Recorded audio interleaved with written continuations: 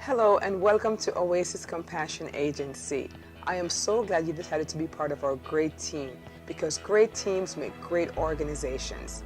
And so I'm so happy to have you on board. I wanted to take this opportunity to introduce myself.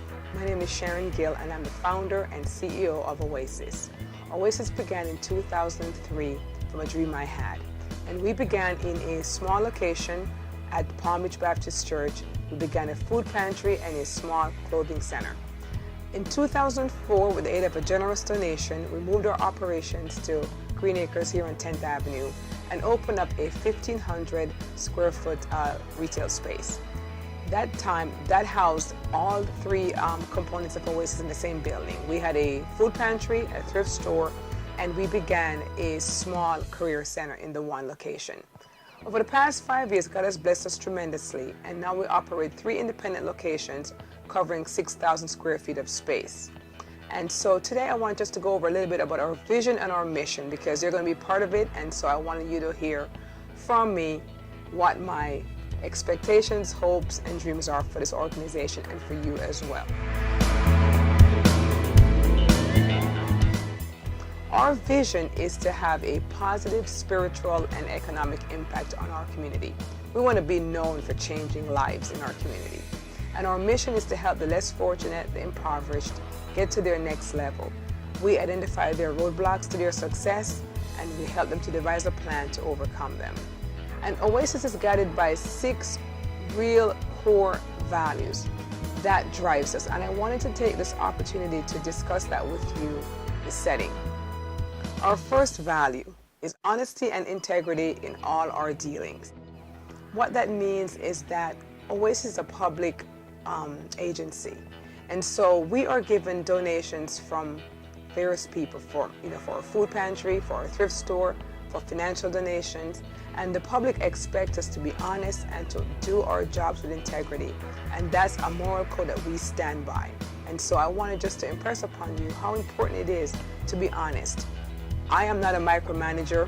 If you've been here long enough, you'll know I do not micromanage. I trust my employees and I trust my volunteers. And so that is my value number 1. Number 2, customers are treated with dignity and with respect. What does that mean? It means that when clients come here, clients/customers come here, they are already at a very low place in their life. They are depressed. They may feel abandoned by a loved one. They may be a battered woman. They may be just lost their job. They may be the victim of some domestic abuse. Whatever their issues are, they're here and they're looking for a place of hope. And so my motto has always been that customers should feel as if they're paying for the services.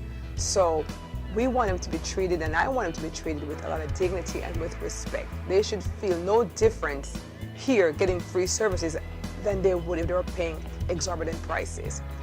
My third value is that customers' interest should be put above our interest. And I hope this is not too hard for you to do. But what I want you to do is, as you're making decisions, I would like you to make decisions from the customer's viewpoint. What would please the customer most? What would please the client most? And so I would like you to think of them first. We're here to serve our clients. And so we want you, and I want you, to put their interest above yours. I'll give you a practical example. For example, if you work in a pantry and there is a wonderful cake that came in as a donation, and you would love that cake for yourself, for example, which I have no problems with. If there's extra at the end of the day, you can always take. But you should never put that cake away and hide it somewhere for yourself. It should be presented first and foremost to our customers and to our clients. Their interest should always be above your own interest. My fourth code, excellence without excuses. This is a favorite one of mine. There's a scripture in the Bible about a gentleman by the name of Daniel. And the Bible talked about how he had an excellent spirit. And because we represent God here at Oasis, I want everything that we do to be done with excellence. No excuses. And that includes if we walk into the food pantry or to the thrift store or to the career center and there is a scrap of paper on the floor, pick it up. because we're representing God to the community. And so I want us to always keep our eyes out for what's pleasing to God and what's going to be pleasing to our clients, so they could have a pleasant experience when they come here. There's no job at Oasis that's too small for somebody. We do not have janitorial services. Our staff and volunteers do the work of the janitors. In other words, if the bathroom needs cleaning, pitch right in. If the floor needs mopping, pitch right in. There really are no excuses at Oasis. Other core values that's very, very important, perhaps maybe even the most important, is our volunteers, you, and our staff, the person who's probably showing you this video, are our most important asset. In some corporations, assets are trust funds, they're buildings. At Oasis, we do not have the luxury of trust funds or buildings that we own. But we do have amazing and great and wonderful volunteers and staff. And you, I'm sure, will become one of those wonderful, amazing volunteers. And so our most important assets are you. If you decide not to come to work, the company hurts. If all our staff and volunteers choose to resign tomorrow, then Oasis would cease to exist. So without you, the company, the organization is nothing. And finally, this probably applies more to me than even to you, but we believe in moral accountability without compromise. And by that I mean that I have a board of directors, and Oasis does, that oversees my work with the finances, oversees my decisions. And so we're all accountable to someone. Ultimately, we're accountable to God, but I'm also accountable to a board. And so you're accountable to your team members, you're accountable to the staff member who's supervising you. But again, most importantly, you are accountable to God.